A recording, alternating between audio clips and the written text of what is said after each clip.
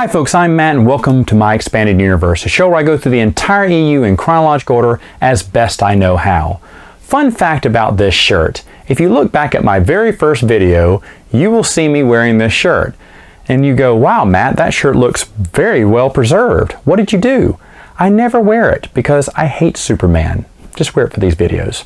Anyway, so let's get on to our book, shall we? Book 4 in the series was written by Aaron Alston and it's called Exile. Now in this series, of course, we got to talk about Wedge. Wedge is leading the Carillion military, but he decides to step down because it's getting a little too far-fetched, and at this point Han and Leia have left, and so he goes to join them and Lando. That's right, Lando's in it, which is always a good thing, and they're going on their own little mission. Now, meanwhile, Jagfail and Luke team up to search for Almirar together, and you have the Jaina, Zek, Jagged kind of triangle going here. Well, two guys going after the same girl. I think at this point it was kind of given that they were going to go with Jag, but I was still rooting for Zeke. I said, come on, or Zek, or whatever. I was still rooting for him.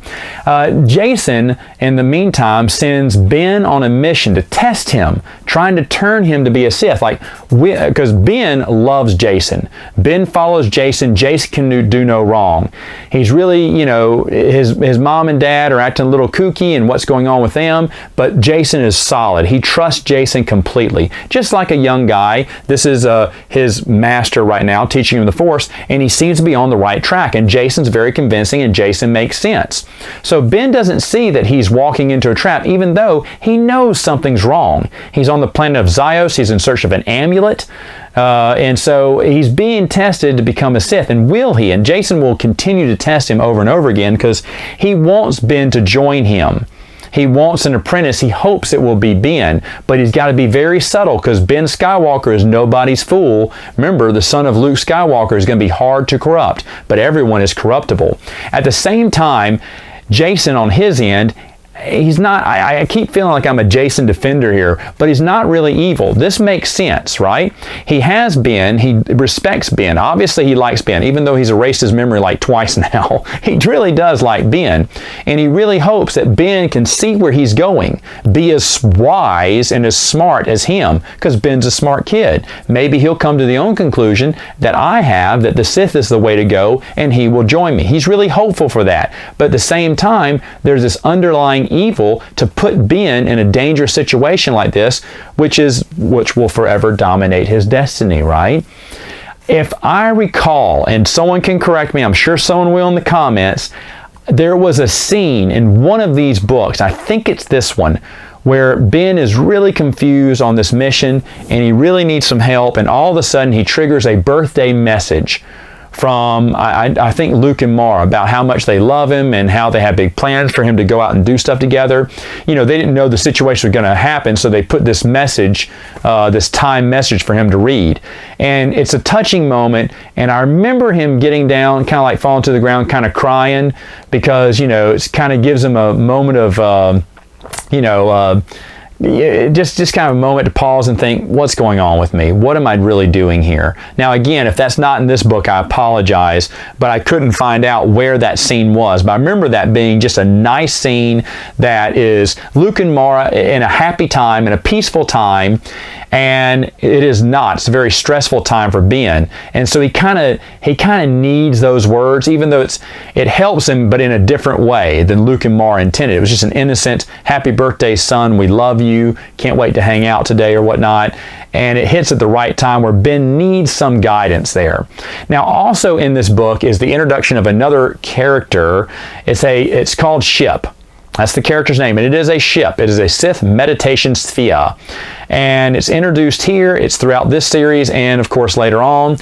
I'm not really a ship fan, a sentient spaceship, I get it, but at the same time, Ship, which they just call him Ship, was kind of boring and kind of unimaginative as a character, and I don't know how people felt about him because I don't remember if he was ever mentioned, the ship was, or it was ever mentioned in the forums that much, but for me, I just wasn't that big of a fan. But anyway, Ship makes his appearance in here.